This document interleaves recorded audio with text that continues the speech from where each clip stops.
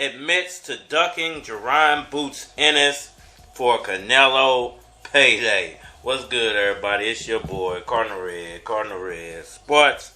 Let's talk about it.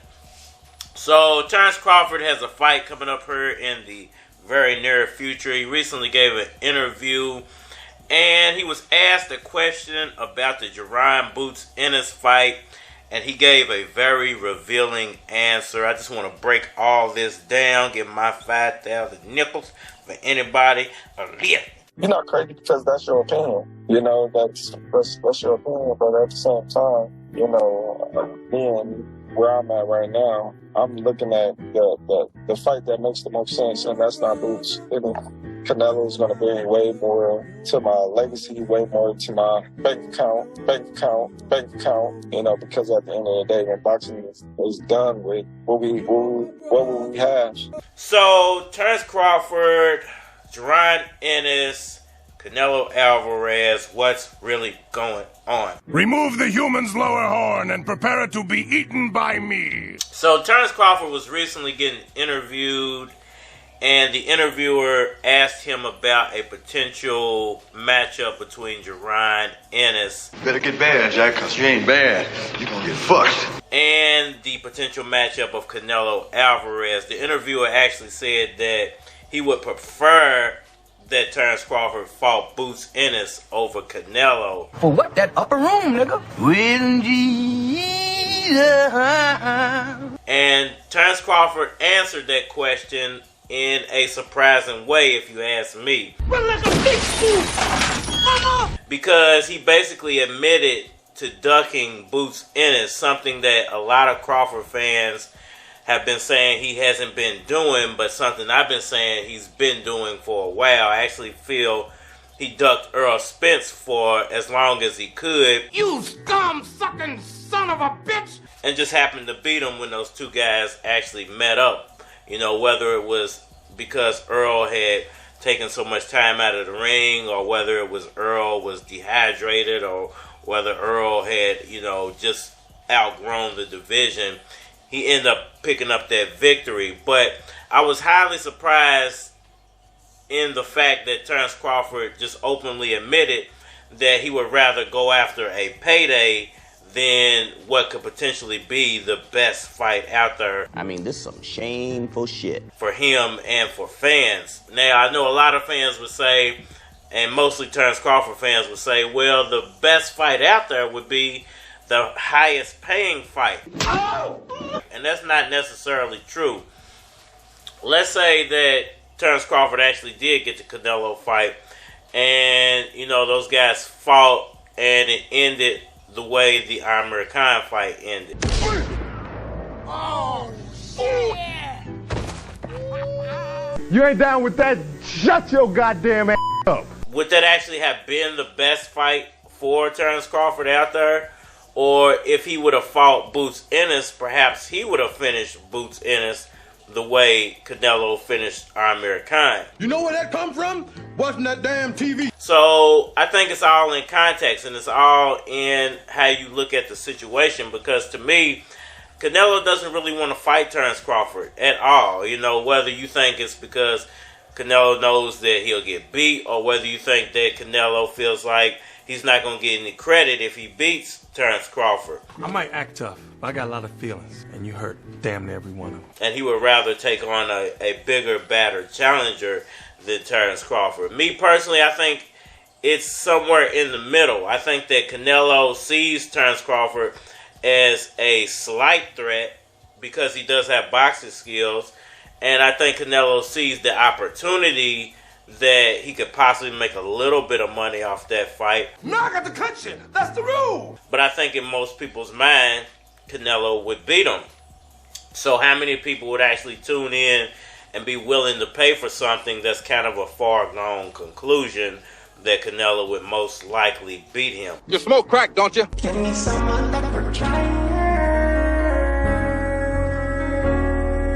And at the end of the day, you know, when it comes to the Boots fight, it's sort of a 50-50 fight. And I've heard a lot of people say that this is a 50-50 fight between Boots and Crawford because there's so many unknowns when it comes to Boots. Unfortunately for Boots, every time he tries to get a high-level fight, those guys kind of back out or they wiggle their way out of the fight. So he hasn't been in the ring with the best caliber names. What kind of bullshit is this? He could possibly be in the ring with. And if he got in the ring with Terence Crawford, that would be the best name so far that he would have on his resume.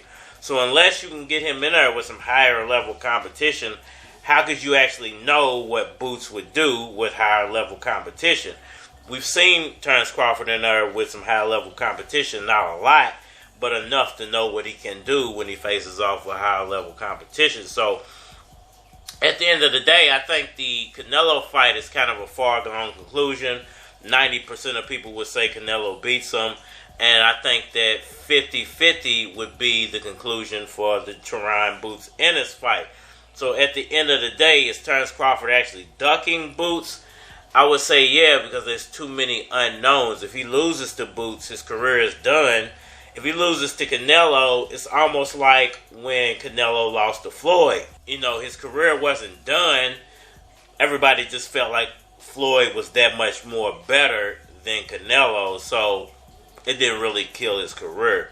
But if you think about it in today's times and the way boxing is sort of going, you would have to say Terence Crawford is ducking, because just look at the Vasyl Lomachenko Gervonta Davis situation. You know, Vasyl said he would step aside, not completely get out of the way, but step aside so Shakur and Gervonta can get it on, and then he can end up with the fight for all the marbles and the big payday and everything. But people are saying that Vasyl's ducking.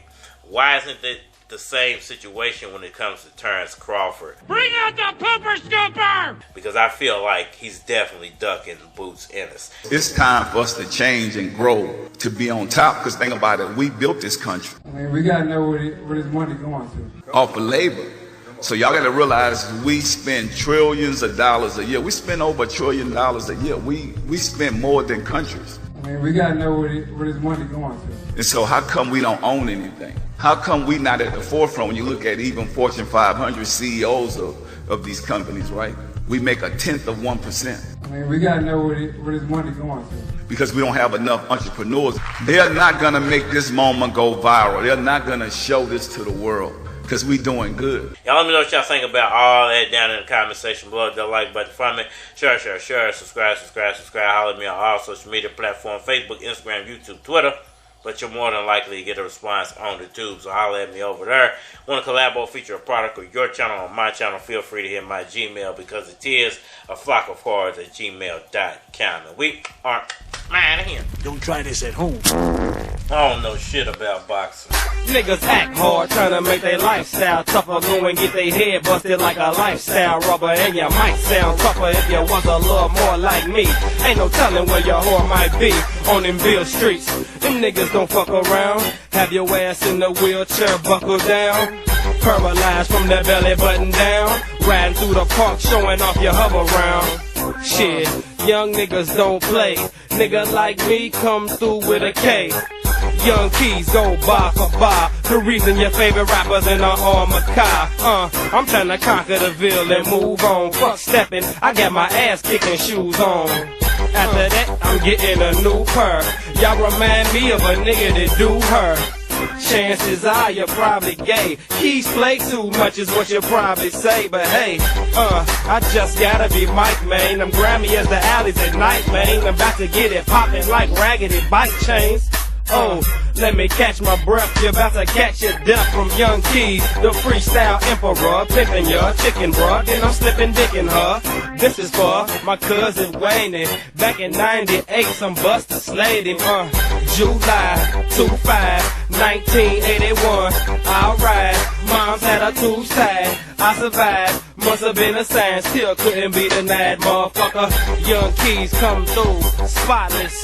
Chicks topless, watch how I rock this. Wait a minute, hold up. Wait a minute, hold up. Wait a minute, and I'm back in this bitch. I left this hoe alone, now I'm back with this bitch. She heard that I be rapping and shit. Spectacular spit. I'm about to get the album cracking. It's about to happen. Plus I got an ounce of action. Niggas get bounced for taxing.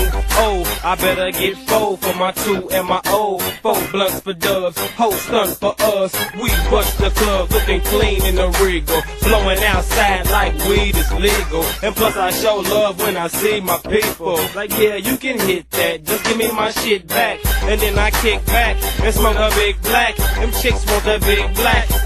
Ha. Wait a minute, hold up, wait a minute, and then I'm out of town in them 15 passenger vans, blowing purple so much, a nigga got lavender hands, and them streets is rough, so ties get mangled on your Dodge Durango while your bra gets strangled, see, I got no time for games, niggas sick of being broke, so it's time for change, I got no time for games, niggas sick of being broke, so it's time for change, bitch! My nigga Louis Keys. Louis Keys. That's short for Louisville, Kentucky. This is my nigga. You dig? It's from BKO.